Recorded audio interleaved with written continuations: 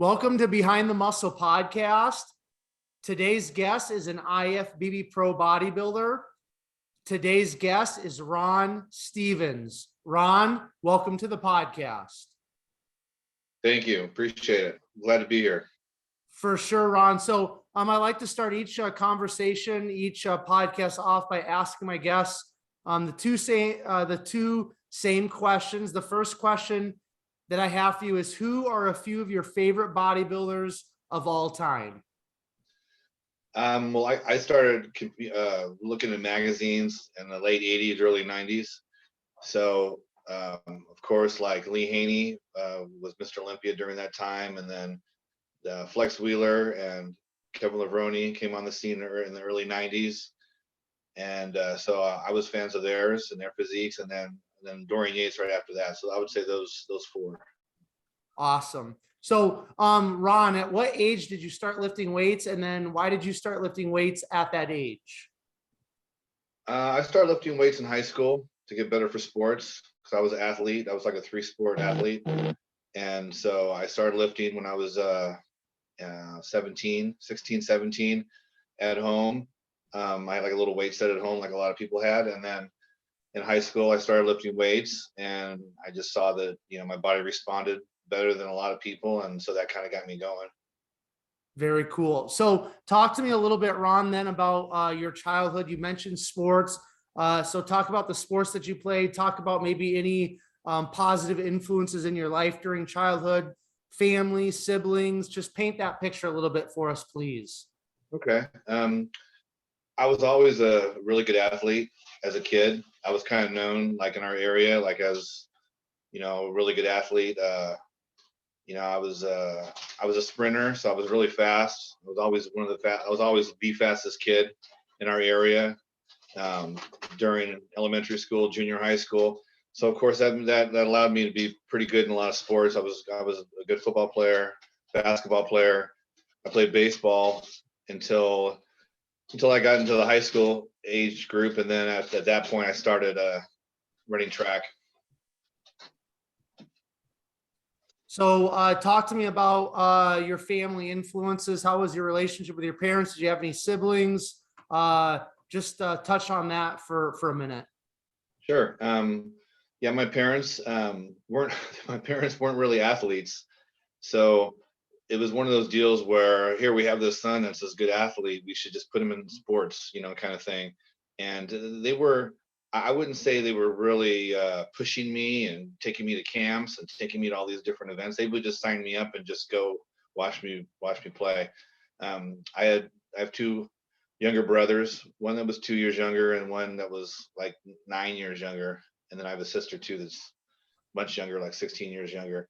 And so I really didn't grow up with them. I grew up with my younger brother, primarily, who was 2 years younger, and he was athletic too. He played a lot of sports, and but there was no like rivalry or anything. I was a little couple years older. I was like the older brother. Very cool. So is there something, you said that your parents weren't in sports, but is there something that they maybe instilled in you? Was it maybe work ethic? Was it a positive mindset? What can you think about in terms of your parents and what they kind of instilled in you as a young child? Well, I would say that my parents weren't, I was a pretty motivated kid. I remember, wanting to get up and wanting to run and wanting to like practice out in the backyard. And then I would go to the we had this football field, and I would run sprints and do things. I was very self-motivated. My dad really wasn't like, get out there and get better for sports and you need to do this, you need to do this. I was kind of a self-motivated kid. My parents were more like, they were very supportive as far as going to my events and going to my, games. So I would say it was more that way. Very cool. So talk to me about what you were planning on doing once you graduated high school. And then once you graduated high school, did that come to fruition, or did life kind of take you in a different route? Okay, well, I wanted to be a professional athlete, whether it was football. I was really into track. Track was kind of my sport. So I wanted to be like a great sprinter, great athlete. I followed all the great, sprinters, Carl Lewis and a lot of those guys back in the days. And so that was like what I wanted to do. But, a lot of times, there aren't many people like that. There's only like a certain top level. I was a really good sprinter. I wasn't great.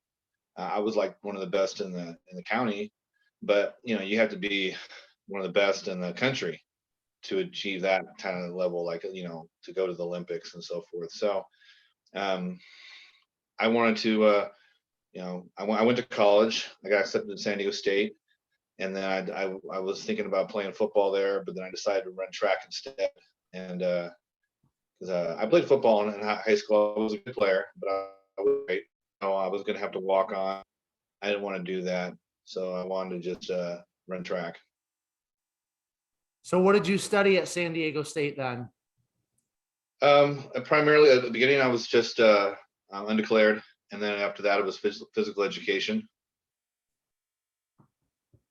All right. So talk to me about college a little bit more. I mean, why did you choose physical education? I'm assuming it's because you were an athlete, but why did you choose that degree? And then, did you enjoy your time at San Diego State? And then what happened after you graduated? Did you get right into teaching, or did you go in a different direction? Well, that's when I decided to become a personal trainer. Back when I graduated, well, back then in 1992, personal training really wasn't a big business back then. It wasn't something that people did. It was more like, oh, I help a few people in the gym, but there weren't like professional trainers. There weren't people who, went and got nationally certified and studied and stuff. So with my education from college, and then I went to Loyola Marymount to attend their national. It was NASM back then. Well, they have NASM now too, which is a National Association of Sports Medicine, which was like the most accredited personal training program back then. That and ACSM were the two original ones. So I wanted to become a personal trainer, so I studied for the course.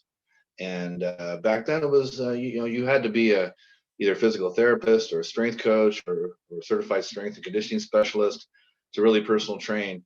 It wasn't like nowadays where people go online and take a test. You really had to know your stuff. And so I paid for that. They sent me a study manual, which was like this thick.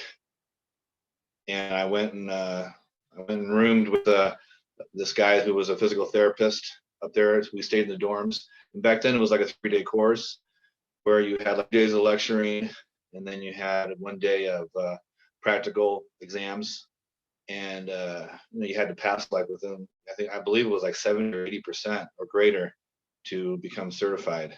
So that was my approach after college, and I just wanted to become a trainer.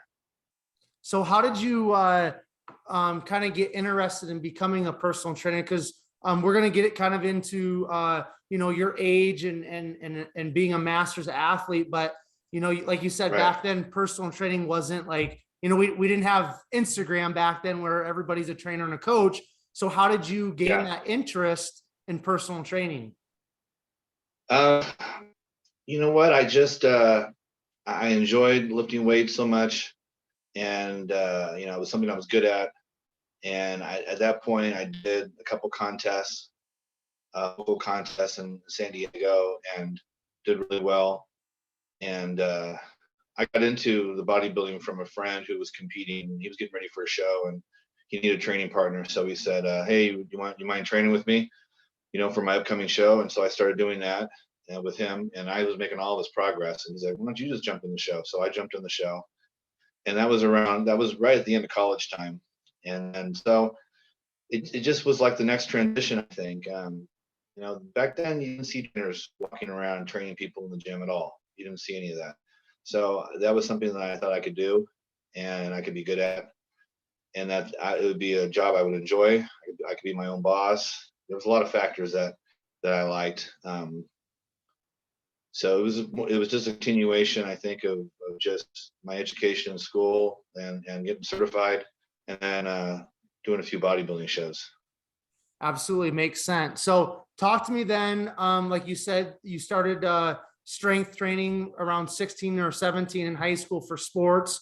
So talk to me about being introduced to bodybuilding, and then talk about those first couple of competitions that you just mentioned.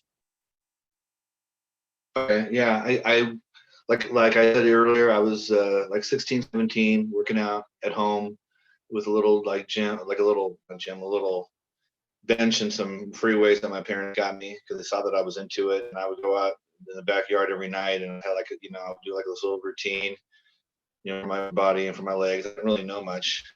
Back then, like a lot of us, we would look in the muscle magazines, Flex magazine, Muscle and Fitness, look at the articles, read the guy's arm routine or shoulder routine. And so I started getting into the magazines back then too.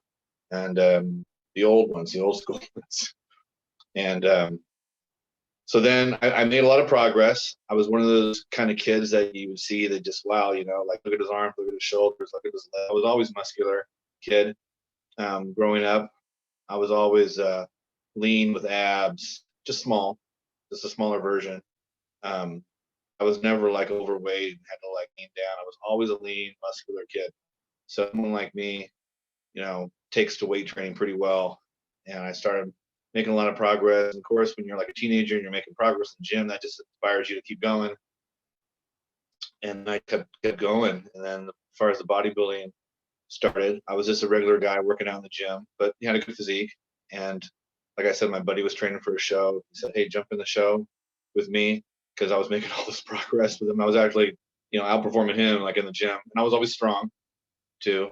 And then pretty soon I was standing on stage doing some of these shows, local shows like the San Diego Bodybuilding Championships.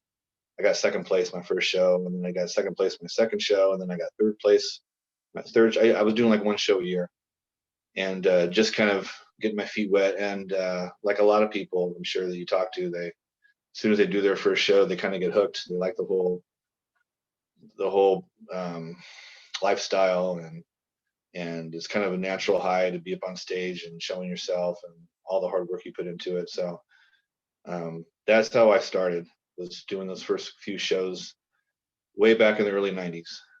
Very cool. So so you said, it sounds like, those first few shows you did really, really well. You got like second, third place and stuff like that. So just talk to me then about your bodybuilding progression. So you're, a late teen, early 20s, you start competing. Just unpack your competition history for us, Ron, and then we'll start getting into more of the professional side of bodybuilding here in a minute. Okay. So I was like 5'10". My first show I was 172 pounds, like a middleweight, and really, really ripped and shredded, but no size. Had to learn how to pose by watching like old videos of guys posing, and kind of put it together myself. And then the second show I was 185, I think, so I gained a little bit of weight. And then my third show I was like in the low 190s, all about at a height of like 5'10". So I wasn't very big, but symmetrical, decent looking physique. And so that was pretty much my start of competing. And then I decided to continue to do shows after that. So talk to me about like your first national competition. How did that go? And then, did you just continue to compete year after year after year? Were there some breaks in there? And then when did you earn your IFBB Pro card? Okay, well, there's actually a pretty long span, like than most people, for me, because I ended up moving to Las Vegas right after those three shows. And so that's when my life pretty much changed. I moved up to Las Vegas. My cousin lived up there. My cousin was a student at UNLV. He was a senior, and I used to come up and visit him all the time. And he was a hotel and beverage management major. And so that's why he was in Vegas. And so his roommate moved out. He's like, hey, I need a roommate. What about moving up here with me? And so I said, well, it'd be a big change for me. But, honestly, it was exciting change for me because I grew up in San Diego, lived there my whole life, and Vegas was a new adventure. Kind of everything was building in Vegas at that time. All these new hotels were kind of popping up. So that's when I went out there to really start personal training. That's when my personal training really kicked off. And out there was a handful of trainers in town, just a handful. And so I got a job at this kind of a health spa that was like it was really like an exclusive health spa. They had like a basketball court, they had a restaurant inside, they had a salon inside, a chiropractor. And then so they offered personal training. So it was me and like 3 other guys that were training people there. And we were all like professional trainers. We all had like college background. We all had national certifications. We were all like, guys who studied and who also trained too. Because back then you couldn't be a personal trainer if you didn't work out and look the part. You couldn't just be a book smart person that just, studied some stuff and took an exam and that's it. You had to like look the part back then. That was someone who was going to hire you. They wanted somebody to look like they were a trainer and look like they worked out and look like they ate healthy and that whole thing. So I started training people and that started taking off. And at that point, I think the shows was kind of on the back burner because, I was trying to make money and I was trying to get myself established. And there was a period of time where I didn't do any shows for maybe 2 or 3 years just to get myself, situated and established. And so then that was one point. And then I ended up getting married a few years later and had a son right away. So I was in my early 20s, like 23, 24 at that time. And so while I was married, of course, all my focus was going towards, family and making money and supporting a family and having a young son. And then I told my ex-wife, I said, look, I want to start competing again because, that's what I enjoy doing. And she was like, didn't know what it was all about. She liked guys who, had nice physiques and everything, but she didn't know what the whole process was and how extensive it was to actually do shows. The money involved and the food and all that. So she said, okay, if that's what you want to do, that's, do it. And so then I started doing a few local shows in Vegas with like moderate results. And I would say not up until 2001. So it's all those years later that I won the Las Vegas championships and beat a couple really well-known guys that I kind of put my name down as being like one of the better local bodybuilders in Las Vegas. And so that's when my bodybuilding career started really hitting it right there, and people started knowing who I was around Vegas, at least. So I want to ask you, Ron, you mentioned how, especially back then, people that wanted to hire a trainer, they wanted their trainer to actually look like, they worked out and looked the part. So when you started to have that bodybuilding success, was there a direct correlation with your personal training business success or not? Yes. Yeah, because I looked the part and people, I had a lot of clients, a lot of housewives, a lot of businessmen, a lot of, I was at one point I had like 60 clients. So for a personal trainer, 60 clients is a lot. And I was servicing up to, 200, 220, I think was my highest sessions per month, which means I was at the gym like 13, 14 hours a day, like every day, sometimes Sundays, half a day. So my main goal back then was to really like get established and make money because I had a new family and wanted to buy a house and that whole thing. So, and bodybuilding was kind of like on the back burner a little bit. I was doing a couple shows here and there, local shows, placing well, but not like, national level quality yet until I won the 2001 Las Vegas championships. And then, like I said, I beat a couple really good guys and everybody kind of knew me. And then that's when I started thinking about doing national shows.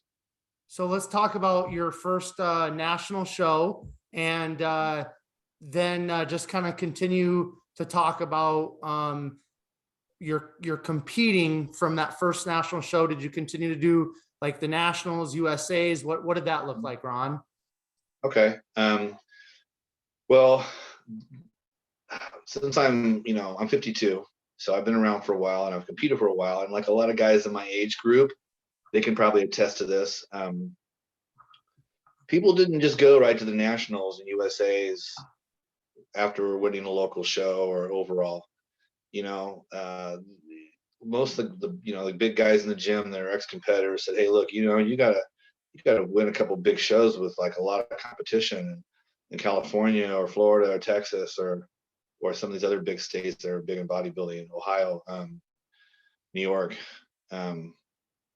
If anything, you go to the junior USA's or the junior nationals and see how you fare there first, and if you win one of those shows, then maybe maybe you go to the nationals then.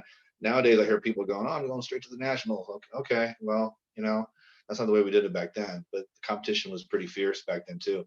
So my first show was, I did the junior nationals in Chicago 2003, and I don't think I was very prepared for it.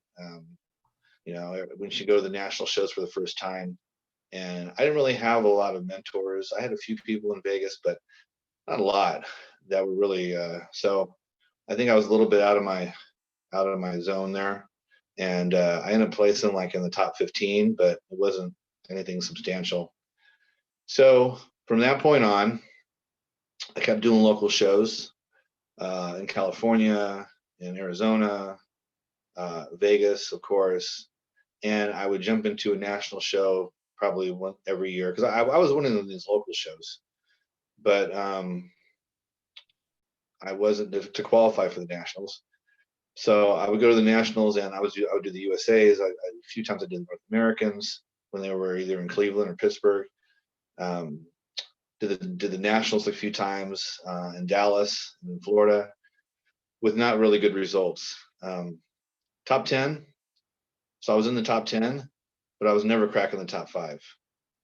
And that's due to, some reasons that we can either get into or not get into. I don't think I was really heavily, taking a lot of supplements. I was very, very mild on the supplements compared to most people. I found that out later that I was, very, very, small, tiny amounts of things I was taking. So that could be part of it. And maybe I wasn't eating enough. I didn't have a coach or anything, so I was kind of doing everything on my own. So up to the point where I turned pro, I probably did 50 shows. I'm talking about local shows and national shows. I did the USA's since they were here in Vegas. I did the USA's like 5 or 6 times. I did the North Americans like 4 times. I did the nationals 4 or 5 times. So if you want to go all the way up to maybe like 2005 or 6, that's where I was with that. And then I ended up getting divorced, and so that kind of put my bodybuilding career kind of on hold a little bit. As you can see, with my my story is different than a lot of people. I kind of had ups and downs, and life kind of got in the way a few times. I had a family, I got divorced, financial stuff going on, all the, and how bodybuilding is a real selfish sport where it requires a lot of time, a lot of effort, a lot of finances to really do it the way you want to do it. So I ended up getting divorced after being married like 13 years, and then I started working 2 jobs because I had a lot of more bills to pay, alimony, child support, that whole thing. So then there was another time period where I was working 2 jobs, and that kind of limited my bodybuilding, success. I was still training, I was still eating good. But I have to be honest, working 2 jobs, only sleeping like 3 or 4 hours a day, I was kind of walking in place in terms of my progress. I wasn't making much progress. And that goes all the way up until maybe 2013 or so. And then I stopped working 2 jobs. And I was at the point where I decided I wanted to take my bodybuilding further. At that point, my son was older, and I felt like I could now rely more on myself and just do my own thing now and be a little bit more selfish. And so that's when I started hiring coaches, and that's when I really took it to the next level with my supplements and trying to get to the next level. I never thought I would be a pro. I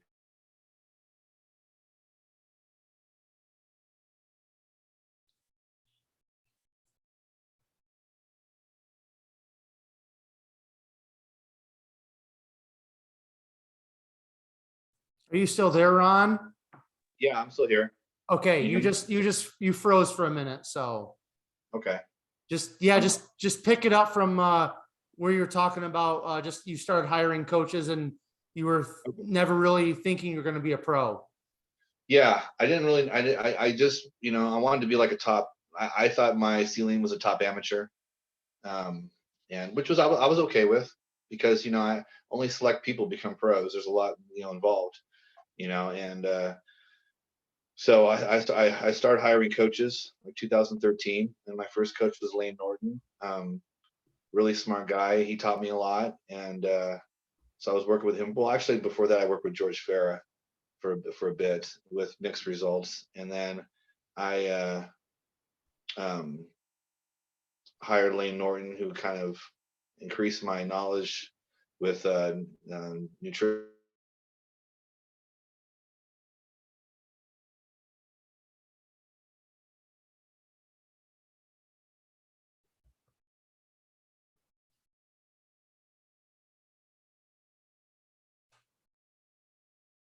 Another big jump in terms of my knowledge and training and competing. And then I would say the first time that I really I started doing the Masters Nationals, because I thought that was a good opportunity, because now I could be competing with guys more in my age group. Um, and so I did the Masters Nationals. And I got third place at that show, and that was like 2016, I think.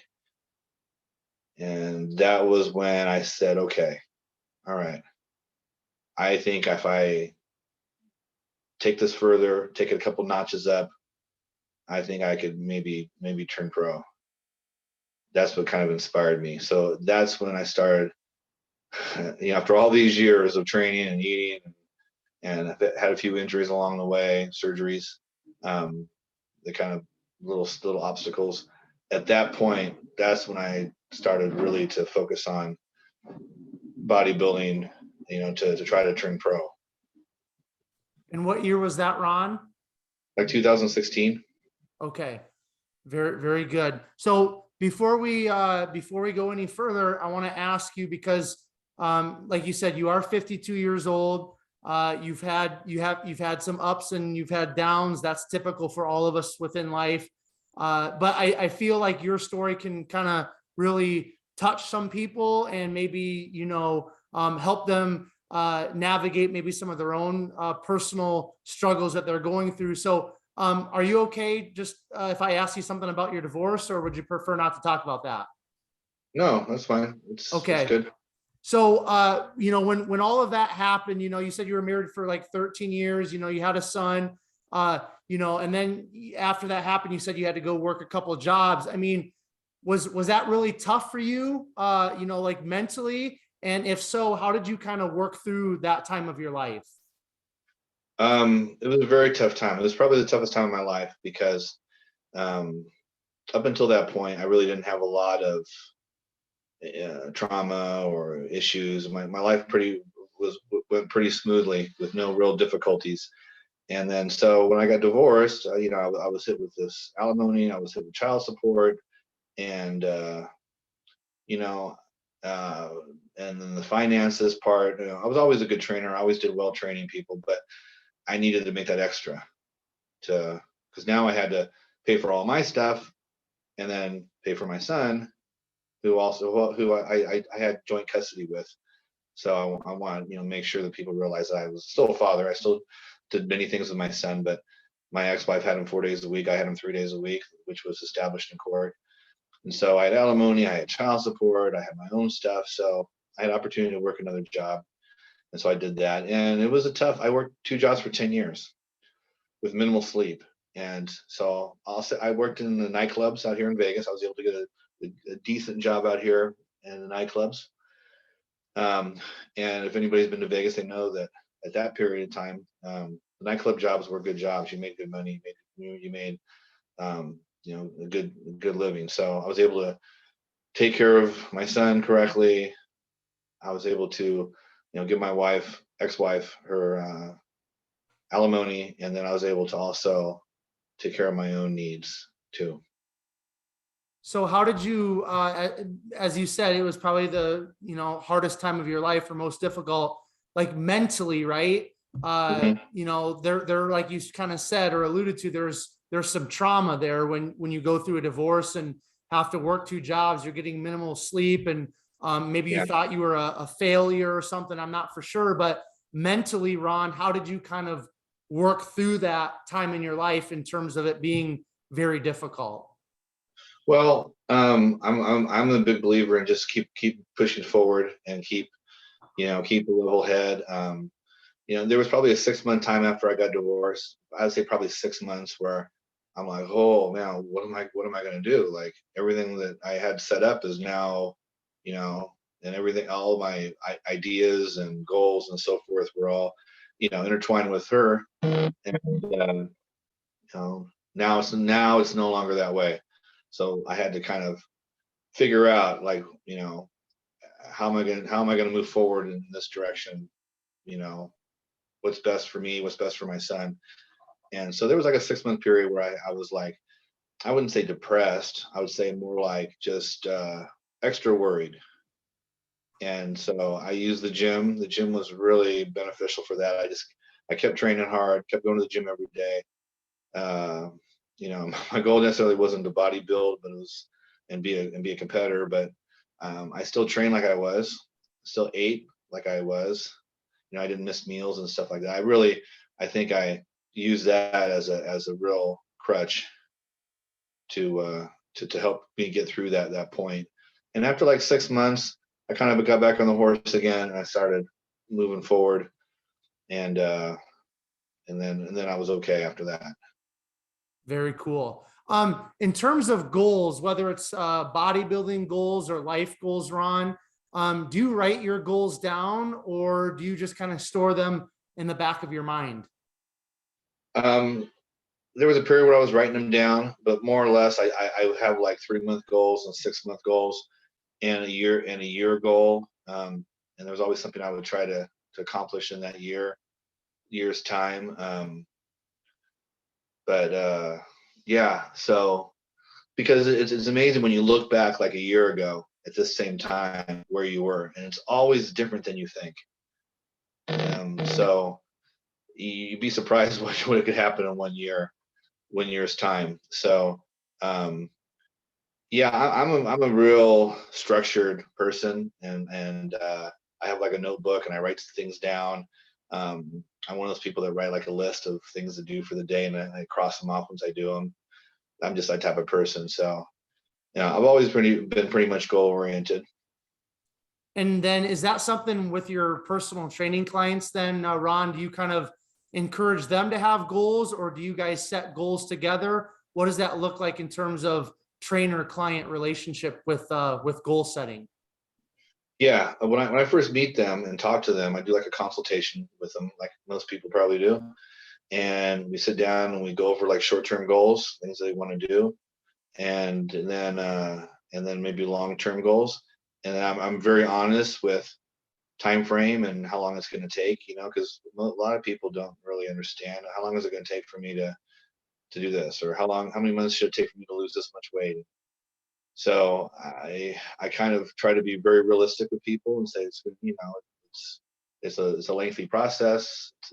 It's a process where you gotta win each day, and you can't get in shape in 3 months.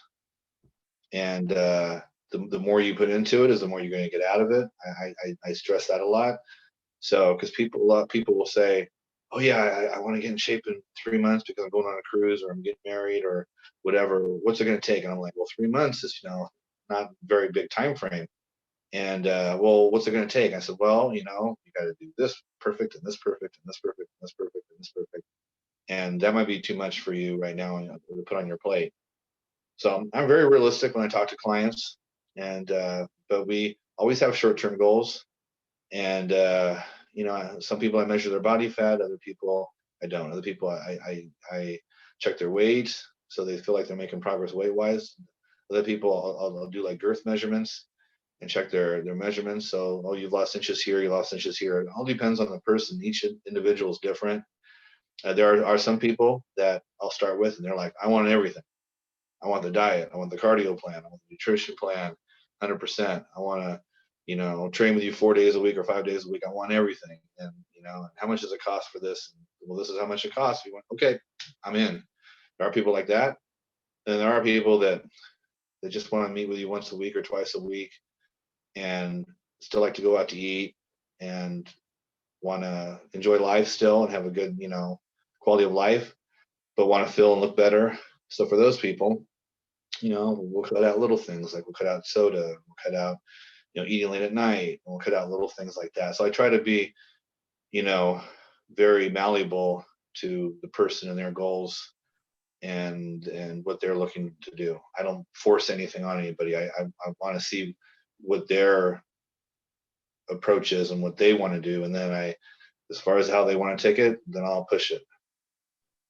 Yeah, no, that's a great approach, Ron. So, in terms of personal training, because you've literally trained probably thousands of people, right? And that's especially in this day and age with social media and the online coaching, being able to train thousands of people in person, that's definitely pretty unique. So, in terms of being able to train people in person, Ron, what is it that you enjoy about that? And then maybe what are a couple things that you've learned over the years through personal training people in person? I do enjoy training people. I know a lot of people do online coaching now, which I'm doing more of. I'm definitely more old school in terms of being there, but you can reach more people obviously online. And that's a goal of mine to try to, in the next year, that's actually a goal of mine is to increase my online coaching.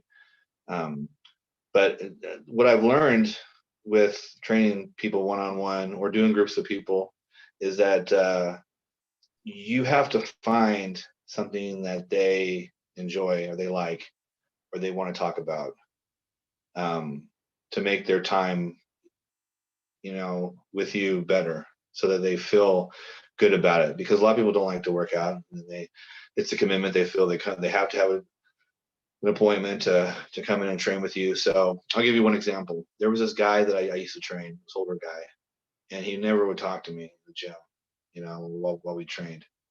And he was, hey, how you feeling? All right. Just one word answers. How was the weekend? Oh, okay. You feeling good today? Did you get enough sleep? All right. Like nothing. I couldn't get anything out of the guy. I didn't feel like he was getting anything out of the training, like he wasn't enjoying any of this. So I trained his wife also, and I said to his wife, does he enjoy training? And oh yeah, he enjoys coming in to see you. You sure? Because he doesn't really say too much and like too much. Can you give me some tips on some of the things he enjoys? So maybe I could like connect with him that way and make his time more memorable as he's getting work done in the gym. And she says, well, I'll tell you what, he's really passionate about horse racing. That's what he likes. That's what he enjoys. He reads about it. He studies it. He bets on it. He's owned horses over the years. I said, really? Okay. So I know a little bit about horse racing because my grandparents grew up in Del Mar, right near the racetrack in San Diego.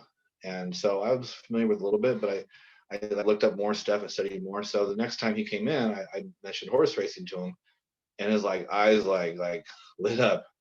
He was like, all of a sudden he was like a different person. And all of a sudden he was like, like wanting to like engage with me and talk with me, and that kind of opened his whole personality up into this different guy.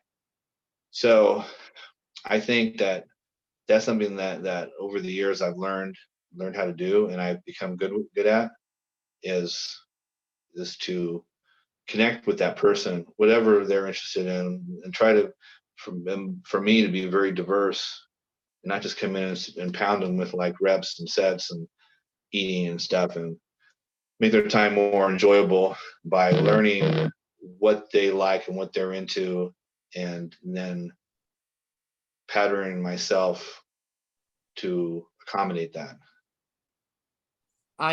That is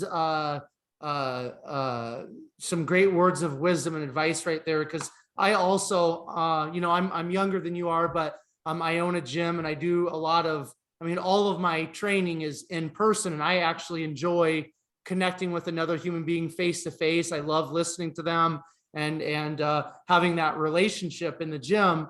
But that's great, Ron. I that's very valuable advice and again, wisdom there. So I appreciate you touching on that. Now I want to step back into your competing. So where we kind of left off is 2016. You start getting the coaches, you get third place in a master's competition, and you're like, hey, I can probably get my pro card. I'm going for this. So why don't you take us from that point up to where you earned your IFBB Pro card, please? Okay. So I get third place, and that like really energizes me. I come back to the gym. I'm like, okay, like I'm coming back next year to move up, and at that was like the years, I think, where the Masters Nationals competitions were really starting to heat up. So you would get guys in there who had really good physique, that were like, 35 to 40, whatever, that maybe just missed out on turning pro at the Nationals or the USAs. Maybe one year they got third, or one year they got second, or one year they got fourth. But I'm talking about guys who were really good. So I started seeing a bunch of guys backstage, guys like John Meadows. There was a few other guys I can't really recall that I'm like, oh, I know this guy. I remember this guy here. This guy was good. Oh, this guy almost turned pro that one year. He got third or second or something. So the Masters categories were starting to really, really improve, and the competition was getting greater. So that kind of re-energized me. So after Milo Sarshev, I worked with Austin Sims, AJ, and he again showed me a lot of, and got me going. And he's the guy that actually turned me pro. I did the 2019 NPC universe, and I won the over 40s and over 50s as a heavyweight. They didn't have the super heavyweight class, otherwise I would have been a super heavyweight. And once again, I learned even more from him. All these coaches, I've kind of picked up a little stuff from him of each one, and then I tell them what works for me, and then if you're a good coach, I found that you take what your clients has that's good at, or the foods that they like, and then you just take that and then you implement some of the things that you like. So Austin is the coach that turned me pro. Cement Factory is his Instagram, and he was known to get guys really shredded really hard, and had some really good knowledge, especially in prep. I never had a coach in the off season. I always felt like I could do my own thing in the off season, and I was knowledgeable enough. But once I saw that, at the higher end, you need kind of a high end coach to navigate you through supplementation, through I think I would overanalyze things for myself too much, and over be overcritical. Sometimes you just need someone to say, okay, you're on the right path, just keep going. Or, hey, let's not make any adjustments right now. I think I would be overanalyzing myself too much, especially in the last few weeks. So having somebody there who's knowledgeable, that's not involved emotionally, and they can just sort of say, okay, this is what you do. And then I'm really good at just following orders and just sticking to what I got to do, no excuses, whatever. If it's cardio, if it's cutting my carbs in half, if it's posing for a half hour every night, whatever, before bed, whatever it is, I'll just do it. And so from 2016 to 2019, I was doing I did the North Americans, third place in that show. I did the Masters Nationals. I got fourth, I think, one year. Then I got second another year after that. So I was right there in the top 5. So I felt it's just like, if I need to come in with my best absolute package, my best absolute look, because I still kind of felt like I wasn't kind of hitting it. And when I hired AJ got me in my best shape I ever been in, and got me just like peeled and dialed in, and just, I mean, it was a feeling that I've never really felt before in a bodybuilding show, where when I was backstage, everybody was looking at me going, holy shit, we got this guy. Like, we're all going for second, and, I was just like 100%.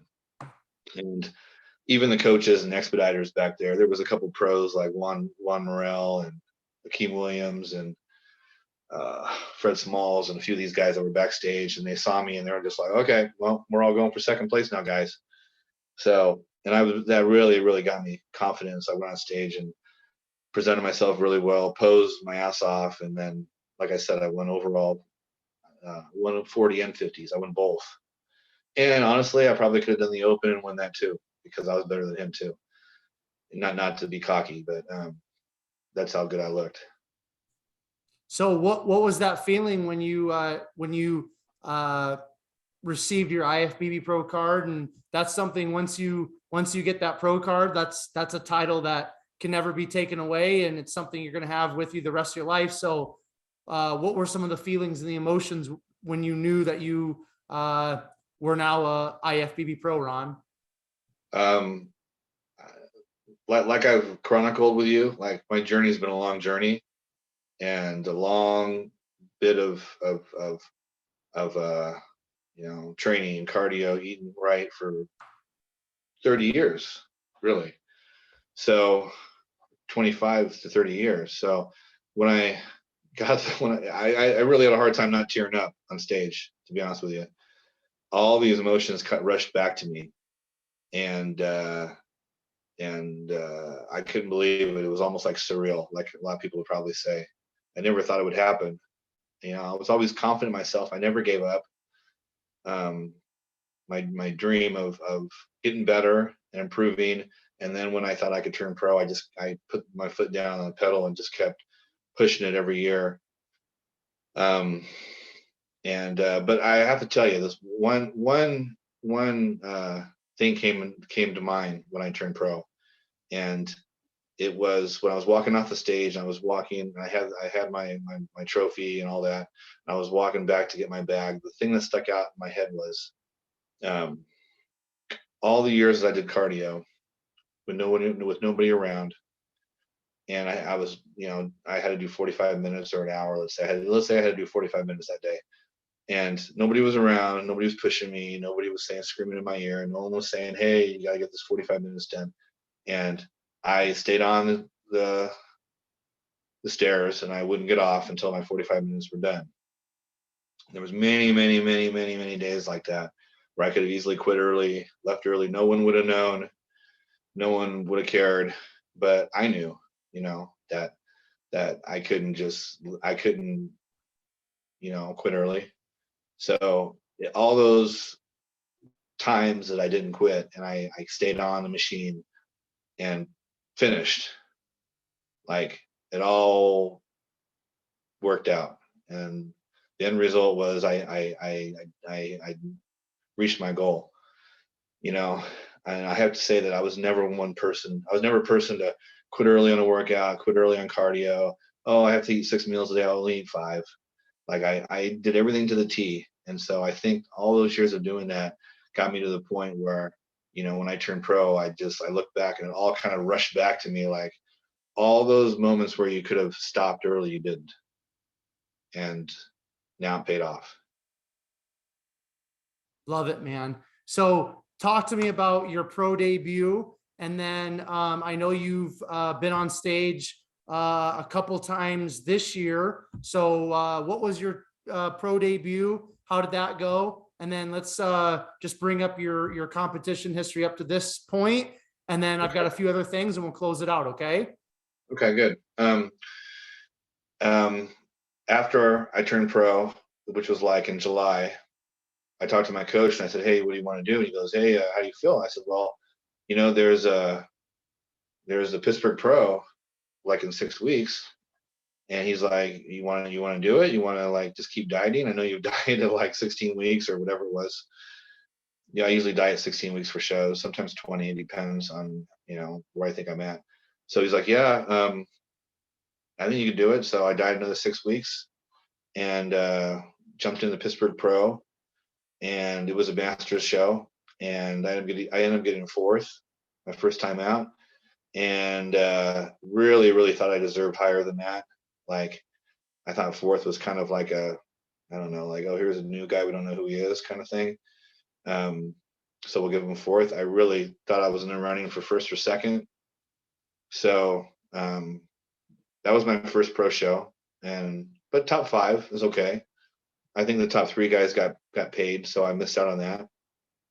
And then 2020 was COVID, and that screwed up a lot of my plans for competing. That whole year was just like gyms were open, gyms were closed, gyms were open with a mask on.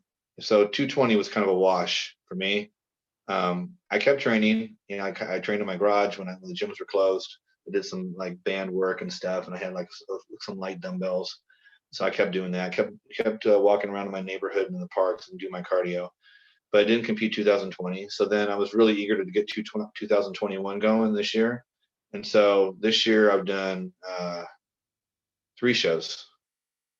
I did the Daytona Pro, which was, when was that? October 2nd, just a few months ago. Then I got second.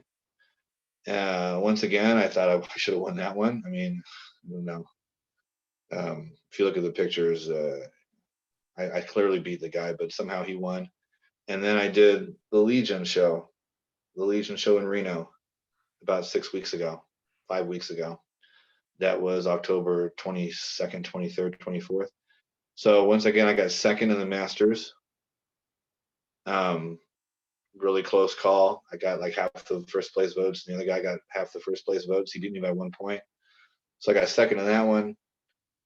And then I did the over 35. I got 5th in that one. So, and then just on a whim, I jumped into the open show with Sean Clarita and Regan Grimes and Sergio Oliva and all those guys. And I did that because I was already in really good shape and I felt really good. And I didn't place in that one. I wasn't expecting to, but I wanted the experience of being up there with the big guys and the big boys, guys who were Olympia quality competitors. Patrick Moore was there, Cedric McMillan. So I got to see these guys up close backstage. So that was like that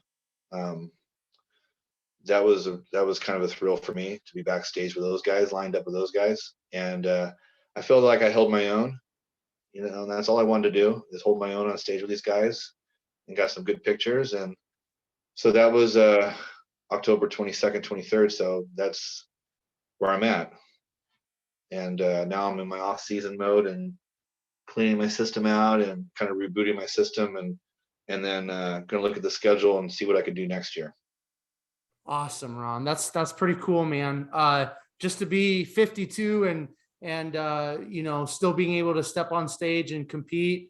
So what is the future competition plans in terms of how much longer do you see yourself competing? That's a good question. I get that question a lot. I get that question. People say, how much longer are you going to do this? Like, kind of thing, in a joking way. But honestly, I think my physique is pretty fresh. Like I mentioned earlier, in my early years of competing, I was not taking a lot of supplements. Very, very minimal amount, like tiny amount. Not until really 2012, 2013, I think, when I told you I started taking it up a notch. So I think that my physique is pretty fresh. I'm not, you see a lot of masters guys and their skin is, their skin kind of it has that crepey look, and a lot of, sometimes they start losing body parts, like their legs or their shoulders kind of dip in a little bit. And I think that I've really maintained a pretty fresh physique. Um, so I think I can compete a few more years at least. I don't want to be that guy that's 65 years old, competing. I think there's a health and longevity aspect of it. I get my blood work done. I go to a cardiologist and get my heart checked. Once a year, sometimes twice a year. I get a CT scan, calcium score scan. I just got done doing another one. So I'm really in tune with watching, especially nowadays with what's happening with all these bodybuilders. And I take a lot of supplements. I'm very cautious with things that I do. And what I've noticed too is that my training is kind of differed since I've gotten older. I'm not such a, I'm not trying to break records in the gym anymore. I used to be really strong.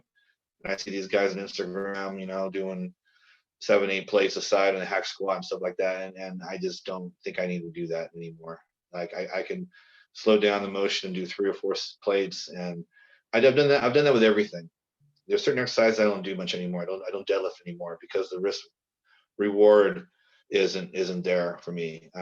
I don't need to try to squat 5-6 plates aside anymore. Like I'll go 3 plates and do 15 reps and that's it. Like I just think for my age, I have to be smart because one injury and I'm done. Like one major injury, and I think that would kind of cook me.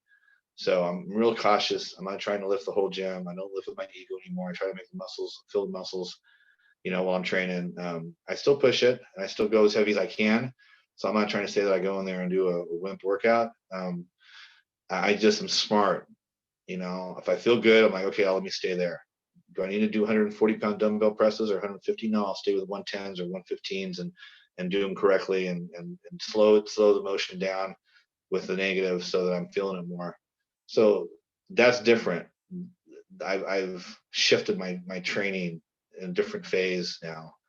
Yeah, I don't need to like throw all the plates in the leg press anymore. Like and scream and yell anymore. I'll lower the weights down and do them slow, controlled, and still hurts. Maybe I'll do 20 reps and make it burn, but I won't try to load up the plates like I did before. So I think that I got a couple more good years in me where I can still compete at a high level.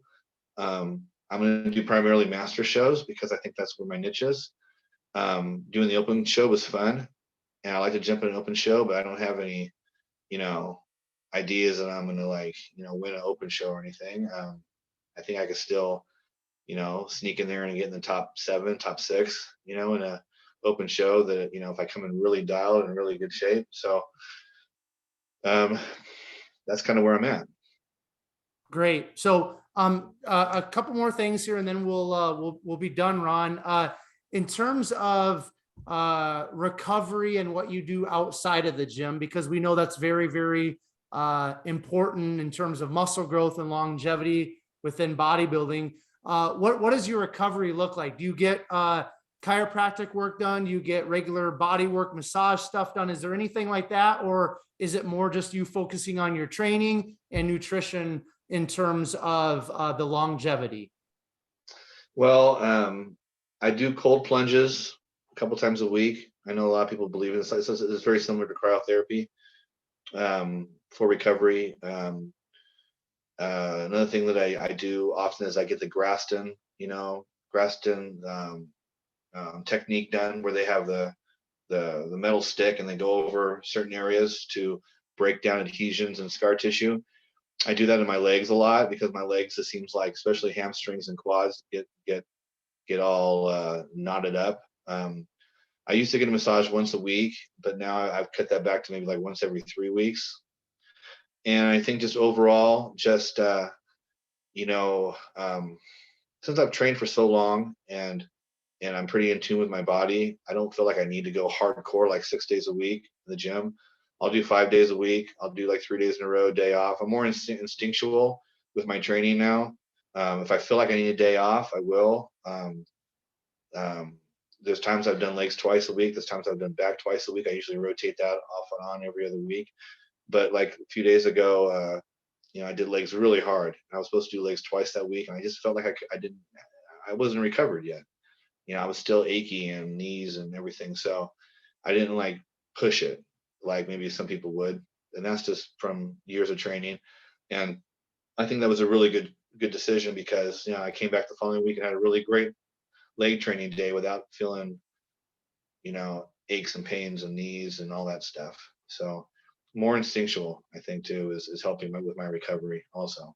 Yeah, very smart. So the last thing I want to kind of discuss with you, Ron, the Dragon's Lair, you have the hoodie on right now, from Instagram. I see that's where you train yourself, and I'm assuming that's where you have clients now. When did that opportunity present itself, and when did you kind of move your training to the Dragon's Lair? As soon as I found out it was opening, which was March of this year. A buddy of mine texted me. He goes, "Hey, did you know they're opening a Dragon's Lair in Vegas?" I'm like, "What? You're kidding me, right?" So we went down there and we checked it out, and I joined the first day it opened. And years ago, Las Vegas used to be really good. There used to be a lot of good hardcore gyms. There was Gold's gyms here that were really good gyms, and they were all bought out, and they're owned by EOS now. And then they have the 24-hour fitness here, and then they have LVAC. So anyways, like the hardcore gyms in Vegas are gone, except for Dragon's Lair just opened up. And Dragon's Lair, for all of us guys out here, and there's a lot of guys out here. There's a lot of people who have moved out here, and there's a lot of people who have been out here. Jay Cutler, Dennis Wolf, this is like our place to train at now. Like this is our place to train, and it's great. And Flex Lewis is awesome, and I've got to know him a little bit, and he's a really, really good guy, really helpful and considerate, and like, hey, if you ever need anything, if you want me to watch you pose one day, I'll help you. I'll give you some pointers. He helped me one day. Sean Roden was here, rest in peace. Sean Roden was here every day. Got to see him training and talk to him a bunch of times. Unfortunately, what happened with him is really sad. His training partner Stan's here. On Win is here. I see Flex Wheeler all the time. It's just for bodybuilding. It's just Jay Cutler's in and out. Dennis Wolf. I mean, it's just a great atmosphere for bodybuilders like me. I mean, it's like a perfect situation. The equipment is awesome. The atmosphere is awesome. The people coming in and out are awesome. Even there's a lot of out of state pro bodybuilders that come in and have to train there. So it's a great atmosphere, and it's really taken my training up a notch because there's so many good people around. It inspires you to be your best.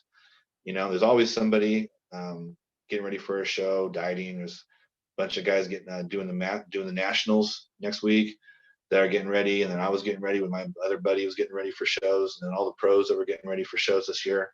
So it's just a great atmosphere. I mean, I highly recommend if you're in Vegas, you got to come check it out. It's great. Yeah, absolutely. No, I've had Dom Cardone. I know he's what's that? Yeah, I know Dom. I see him all the time. Yeah, he's a great guy too. Yeah. He's been on the podcast. I've had several other guys that train out of there on the podcast. So it's definitely a place. I'm hoping next year they are bringing, from what I've heard, the Olympia back to Vegas, correct, in 2022? I heard that too. Yeah. So I think it's going to be in December of 2022. So I was at the 2008 Olympia, obviously as a spectator, and had a great time. And I'm hoping to go back in 2022. And the Dragon's Lair will definitely have to be a place on my list to check out. So Ron, just to kind of wrap this up, what are maybe some listeners that are thinking about getting into personal training, right? Maybe some of the younger listeners that are maybe graduating high school and thinking about going to college, or they're in college and they're not enjoying studying the math that they thought they wanted to study or what have you. And they're maybe thinking about transitioning into personal training. From all of your years of experience in terms of PT, what are just maybe a couple words of wisdom or words of advice that you could share with some of those listeners thinking about getting into personal training? I would say that just try to learn as much as you can. Try to be like a sponge. Don't ever think that you know everything. There's always people out there that might know more. Try to be a well-rounded trainer. Try to study nutrition. The aspects of training with like biomechanics, kinesiology. That's all important too. And then also do your time in the gym too, so that when you're talking to people, you're credible to them because you've done this before. You've done hours of cardio. You have cut your carbs down. You have, quit eating food at 7 o'clock at night because you don't want to gain. You don't want to eat at night when your body's not as active. All these things that you preach to people and you tell them, it's more credible when you do it. So I would say all aspects. You study the nutrition, you study the exercises and the proper form and technique, and and then you do it yourself too. I would say just get all the knowledge, and like I said too, don't think that you know everything. There's always people out there that that know a little bit more than you, and be a sponge and take it in and learn from other people too, and then apply that to your, and then you bring in your personality and your knowledge, and then you use all that together to become the trainer you want to be. Absolutely. Great words there, Ron. So we're gonna close it out here. Before I kind of do the outro and wrap it up, if somebody wants to connect with you in terms of reaching out to you to have them train you there in Vegas, or if somebody just wants to connect with you through social media, maybe something you shared, kind of hit them where they needed to be hit today, and they just want to thank you or connect with you on Instagram, where can the listeners find you in terms of a physical location in Vegas? And then where can they find you on social media, and any other people you want to shout out, or anything else you want to say before I close this out, Ron? The platform is yours. Okay. Okay, great. Yeah. My Instagram is Ron Stevens _IFBB. And that's my handle for Instagram. I don't do Facebook as much as anymore. I pretty much do everything on Instagram. And so I have videos on there of some of my off-season training videos, some pre-contest stuff, and then life in Vegas. And I'm at the Dragon's Lair. That's my home gym. I do personal training out of there. I also go to people's homes. I have many clients. I go to their homes and other setups they have, like in their garage as well. I'm at the Dragon's Lair every day at 3 o'clock training. So if you want to like run into me, that's where I'm at.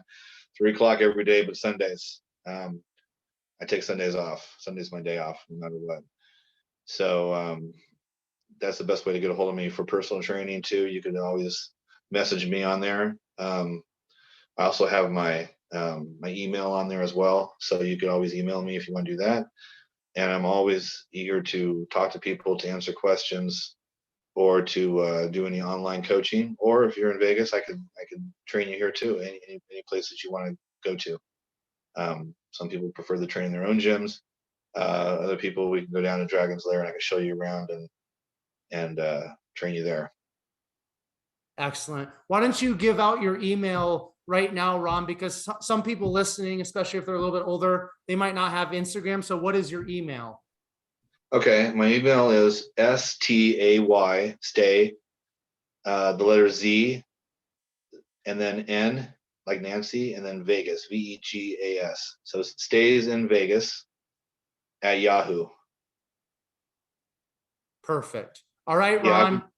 I've had that email for like 20 years. That's why I haven't changed it. Yeah. No, usually when somebody gives me a Yahoo or something outside of the Gmail, I know they probably had it for a few years when we're interacting for the podcast. So that's great, Ron. I just want to say thank you for coming on to Behind the Muscle podcast. I really appreciate it. Okay. Yeah, thank you. It's been a good experience. Thanks. Appreciate you having me on. And you're very welcome. All of you who are tuning in to another episode of Behind the Muscle podcast, I just want to say thank you to you. before we end this conversation, this episode of the podcast, if you are on YouTube, please hit that subscribe button, hit the like button, and then I would greatly appreciate it if you guys would leave some feedback or just a comment in the comment section on YouTube. I always enjoy getting the feedback. I always enjoy reading the comments from all of you supporters of Behind the Muscle podcast. And then one last favor I'd ask all of you, take this episode of Ron's and please share it on your Instagram stories. Make sure you tag Ron and tag Behind the Muscle so that we know you listened to this episode specifically and found great value in it. And then finally, I will leave you all with this. Remember, behind the muscle, there's always a story. We'll catch you guys later.